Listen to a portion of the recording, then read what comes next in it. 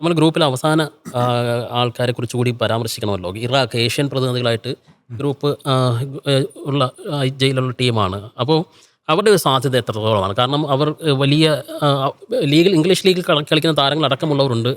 Goal അടിച്ച് കൂട്ടിയിട്ടുള്ള താരങ്ങളുണ്ട്. അപ്പോൾ പക്ഷേ അവർക്കൊരു വെല്ലുവിളി ലോക വേദിയിലേക്ക് വരുമ്പോൾ ഒരു വെല്ലുവിളി ആകാനുള്ള കരുത്തുണ്ടോ ഇറാഖിന്? ഇറാഖിൻ്റെ ഒരു സാധ്യത നമുക്ക് ആദ്യം തന്നെ പുറത്താകുമെന്ന് പറയുന്ന തരത്തിലേക്കുള്ളൊരു സാഹചര്യമാണോ ഉള്ളത്? അല്ല, ഓൾറെഡി ഇതിൽ ഫ്രാൻസ്, സെനഗൽ, നോർവേ ഈ 3 ടീമുകളും ശക്തരായ ടീമുകളാണ്. അത് സെനഗൽ നോർവേ മത്സരമായിരിക്കും നിശ്ചയിക്കുക രണ്ടാമത്. അതെ, അപ്പോൾ അങ്ങനെ നോക്കുമ്പോൾ നമുക്കറിയാം പല ലോകകപ്പിലും ഇതുപോലെ കറുത്ത കുതിരകളൊക്കെ ഉണ്ടായിട്ടുണ്ട്. കറുത്തത് പറയാൻ പാടില്ല എന്ന് തോന്നുന്നു, അതൊരു പൊളിറ്റിക്കലി.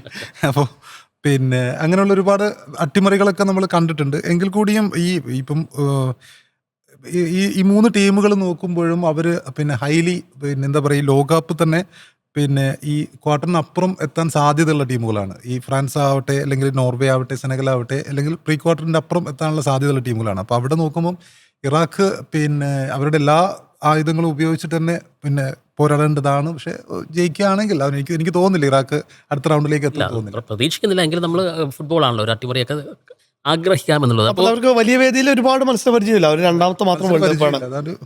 ഏഷ്യ കപ്പിൽ അവർ 86 ഒരു വേൾഡ് കപ്പ് മാത്രമാണ് അതിന് മുൻപ് കളിച്ചത്. മറഡോണ സ്റ്റാറായ മെക്സിക്കൻ വേൾഡ് കപ്പിൽ. ഇപ്പോൾ വീണ്ടും അവർ മറ്റൊരു അവർക്കൊരു അങ്ങനെ ഒരു ടോപ്പ് ക്വാളിറ്റി ടോപ്പ് ടയർ ലീഗിൽ കളിക്കുന്ന പ്ലേയേഴ്സും കുറവാണ്. അപ്പോൾ ഒറ്റ ഒരു പ്രീമിയർ ലീഗ് പ്ലെയർ മാത്രമേ ഉള്ളൂ, അലി ഇപ്സിച്ചിന്റെ. അദ്ദേഹം ലിവർപൂളിനെതിരായിരുന്നു അദ്ദേഹം കളിച്ചതെന്ന് തോന്നുന്നു.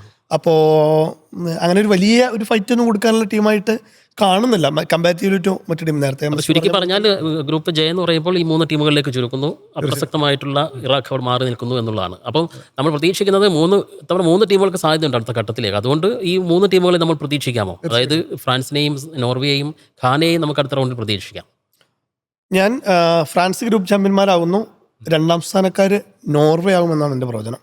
ഓക്കെ, ഞാൻ കരുതുന്നത് സെനഗൽ ആവുന്നതാണ്. ഫ്രാൻസ്, സെനഗൽ 2ാം സ്ഥാനത്തേക്ക് സെനഗൽ വരുന്നു, നോർവേയിലേക്ക് വരുന്നു.